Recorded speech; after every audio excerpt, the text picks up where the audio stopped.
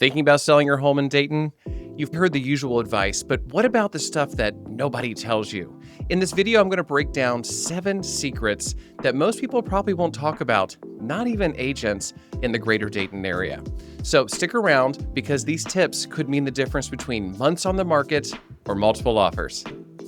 The first tip I'm going to talk about is that seasonality is not everything. Most people, when you ask them, are you thinking about selling your home? They say, yeah, I'm thinking about doing that. We do see accelerated sales and more sales typically in spring and summer because a lot of kids are out of school, so the parents are choosing to make their moves during the spring season. And of course, everything looks great. But keep in mind, we have one of the largest Air Force bases here in Dayton, Ohio, Patterson Air Force Base. And that causes people to come and go on a pretty regular basis, and that keeps our market strong. There's also seasonal events here in the greater Dayton area that can motivate a lot of people, bring them into the area, and make them want to consider Dayton their home. One of the things being the Dayton Air Show. That brings people from all over Ohio and all over the tri-state area to the Dayton area. And maybe it's their first time here, maybe they're considering a move, and coming here to the area motivates them to take that more serious. So just because it's not the spring market or even the summer market, don't assume that the season is not right to sell your home. And keep in mind, you sell your home in the late fall and even in the winter months when there's snow on the ground and you think nobody's going to buy a house in the wintertime, the buyers that are out there, you may have some fewer showings, but they're going to be much more serious buyers, and you're going to thank yourself in the long run because there's less competition.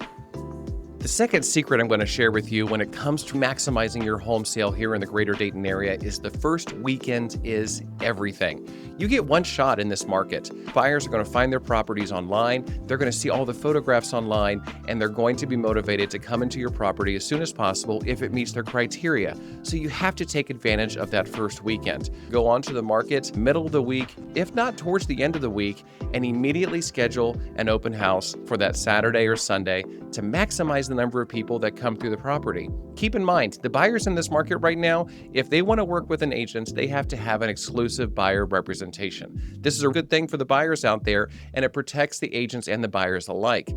But a lot of times buyers are nervous about signing something with an agent before they ever go see a property or the first time they meet them at a property. So they're taking advantage of these open houses to get in there on their own terms and see if that's something that they want to do. So making sure that you schedule that right away is going to maximize the traffic that comes through your house.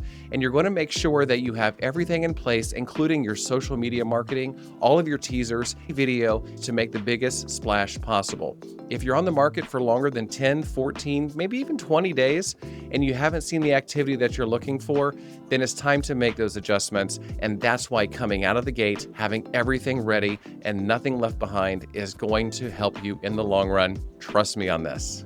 Now, the third secret in terms of Dayton's market is going to be a little bit more nuanced, and I'm going to talk a little bit about the historic districts in the urban Dayton setting and other neighborhoods around here. We have a lot of historical homes, a lot of historical neighborhoods, such as St. Anne's Hill, the Oregon District, Grafton Hill. People want to see really good curb appeal. So if you're in a historical home and you have neglected the yard for a little bit, you didn't do flowers this year, you didn't put out the mums in the fall, that's something you're going to want to consider. People buy those historical homes for the charm and the look and a little bit of a throwback. So when they come to your property, they want to see a pristine curb appeal that's really going to make them feel like this is the historic charm that I've been looking for. If there's not something that's kept up properly on the curb appeal of a historical home, it tends to make the buyers believe there's something also inside the home that really hasn't been taken care of over the years, and they're going to be a little bit more cautious when they come into your property. And let me tell you, everybody talks about modernizing. If you live in a historical district and a historical home and still have that original woodwork all over the house, don't just paint it to modernize it.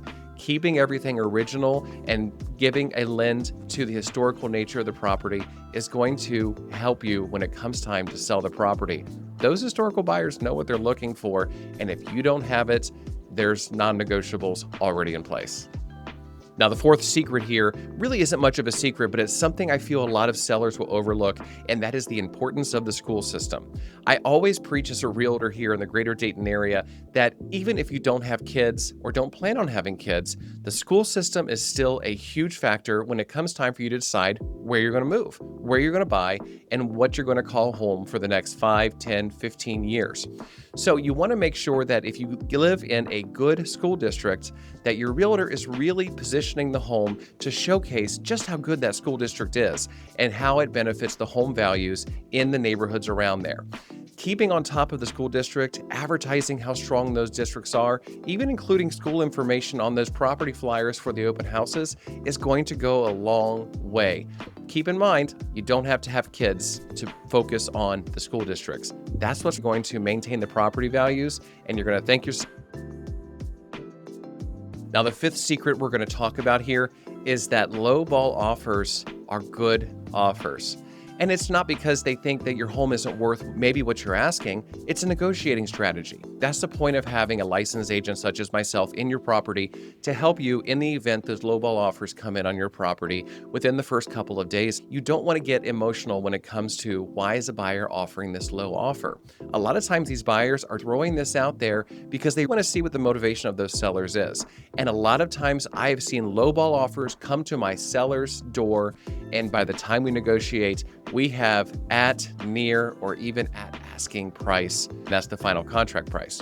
So getting a low offer doesn't mean that the buyer is being disrespectful or doesn't see the value in your property. They're simply trying to negotiate. So stick to the facts. If somebody brings a low offer to your table, it's important for your agent to demonstrate, here are the comps. Here's where everything has been selling. Here's what the appraised values of all these other homes is, and this is why we priced the home the way that we did. So showing them the facts, taking the emotion out of it, is going to help you in the long run.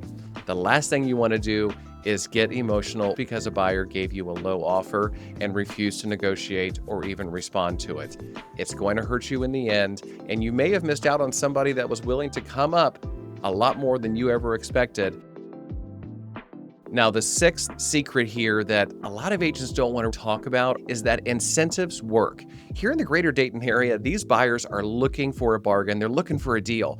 And those incentives can really help get them from point A to point B and get them off the ledge when it comes to writing an offer. Of course, I'm not saying to market these incentives. We all know that we don't put those into the MLS and we don't market specific financial incentives out to the public. That's just not the way things work. But you do want to be open to certain things like a home warranty, or maybe you're offering a credit in lieu of some flooring repairs or something of that nature. And you want to make sure that if your home qualifies for an FHA or a VA loan, that you make it public. There's a part of our MLS that states the type of financing that's available for a property. And so many times I will see a home that qualifies for VA or FHA, and I do a lot of VA loans here in Dayton because of our military base, Wright-Patterson Air Force Base. And they're not marketing the property as VA eligible. So I take it upon myself to make sure the property is and call the agent and find out, why aren't you advertising this as VA? I have a very qualified VA buyer, but they're concerned about coming through your property. And so make sure that you're taking advantage of those incentives. Make sure people know that you are open to help them cross that threshold and get into the home within reason. Just be upfront. Those buyers will thank you, and the transaction will be a lot smoother at the end of the day. Well, the seventh secret here is something that I have learned over the years, especially dealing with a lot of relocating clients coming into the greater Dayton area, and that is that if you have a basement, it is a secret weapon when it comes to selling your home.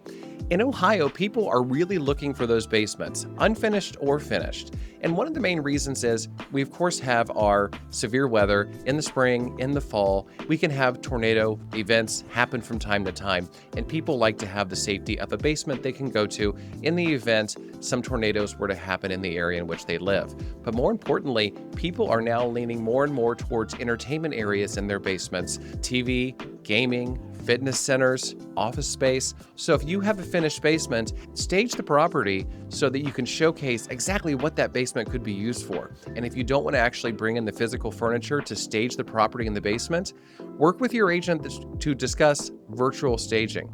We can turn any sort of basement into a gym area, a media center, a gaming console, all of that, so people can see this basement's perfect. I've been looking for that office that's downstairs away from everybody else where it's nice and quiet. And my gosh, look how this appears. And even an unfinished basement can be a really good asset when it comes time to sell your home. A lot of people do prefer the basement to already be finished, but if it's unfinished and it's easily finishable, and maybe you've gotten quotes from contractors in the past, maybe when you built that home, you actually had the plumbing for a half or a full bath in the basement roughed in, so it's already there, showcase that. That tells the buyers that it's a lot easier for them to finish that basement exactly how they want because you've already done a lot of the prep work for them. Highlight that. Just because your basement is unfinished doesn't mean we don't talk about it. These 7 tips aren't just helpful, they're how smart sellers in the greater Dayton area achieve their goals faster and for higher dollars. So I hope this video has been helpful. If you're first time visiting my channel, make sure you like and subscribe. I have different videos every single week that are bound to help you when it comes time for you to buy or sell. Even if you're in the middle of buying or selling right now, maybe you'll pick up a helpful tip just from watching these videos that can help you cross that threshold a little bit faster and a little bit easier. And if you have some questions, or if you have a comment, or if you have some sort of secret that you have figured out here in the greater Dayton area when it comes time to sell your home and you want to share that with everybody else, or maybe get some opinions, drop it in the comments. I love to see what people have to say, and I love to answer their questions.